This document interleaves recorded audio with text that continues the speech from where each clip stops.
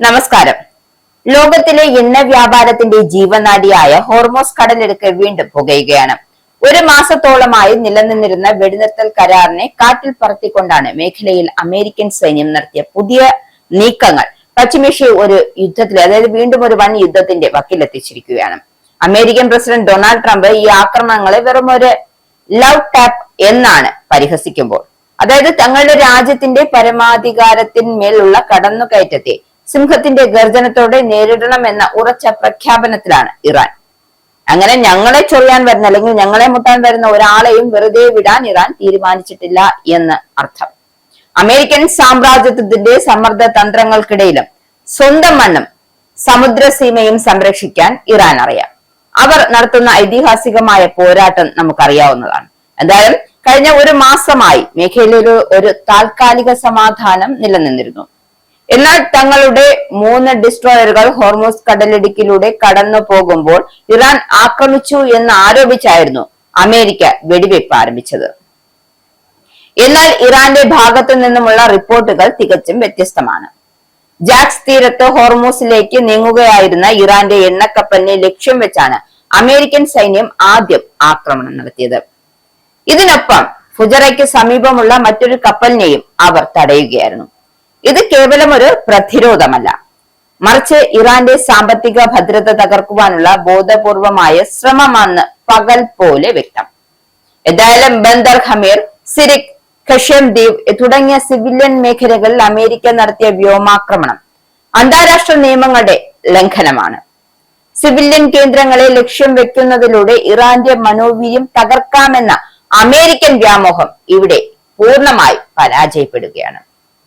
സംഘർഷത്തിന് പിന്നാലെ Donald Trump നടത്തിയ പ്രതികരണം അദ്ദേഹത്തിന്റെ നയതന്ത്രപരമായ പക്വതയില്ലായ്മയാണ് കാണിക്കുന്നത്.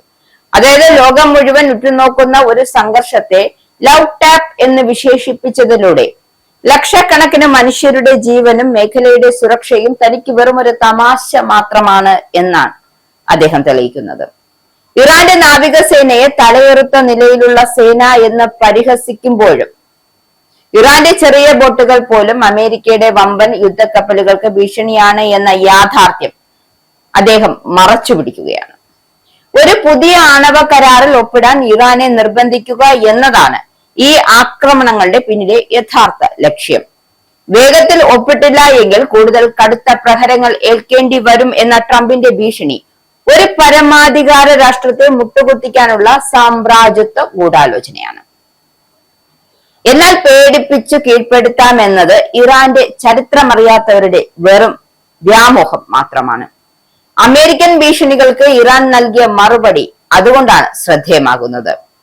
ഇറാന്റെ വിദേശകാര്യ വക്താവ് ഇസ്മയിൽ ബഹായുടെ വാക്കുകൾ ഇറാന്റെ ആത്മവിശ്വാസത്തെയാണ് കാണിക്കുന്നത്. സിംഹത്തിന്റെ പല്ലുകൾ പുറത്തേക്ക് നീണ്ടു നിൽക്കുന്നത് കണ്ടാൽ അത് ചിരിക്കുകയാണ് എന്ന് കരുതരുത്.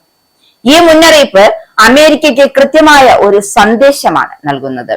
ഇറാൻ ഒരു പ്രാദേശിക ശക്തി മാത്രമല്ല, മറിച്ച് ഈ മേഖലയിലെ ഒരു അനിഷേധ്യമായ സൂപ്പർ പവർ ആണ് എന്നാണ് അടിവരയിടുന്നത്.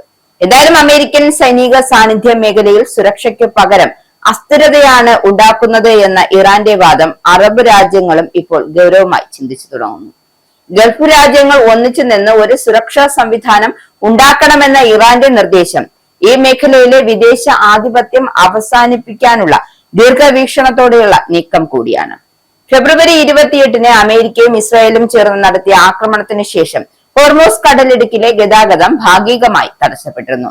ലോകത്തെ 1/5 എണ്ണ വിതരണം നടക്കുന്ന ഈ പാതയിൽ ഇറാന് വ്യക്തമായ മേൽക്കൈയുണ്ട്.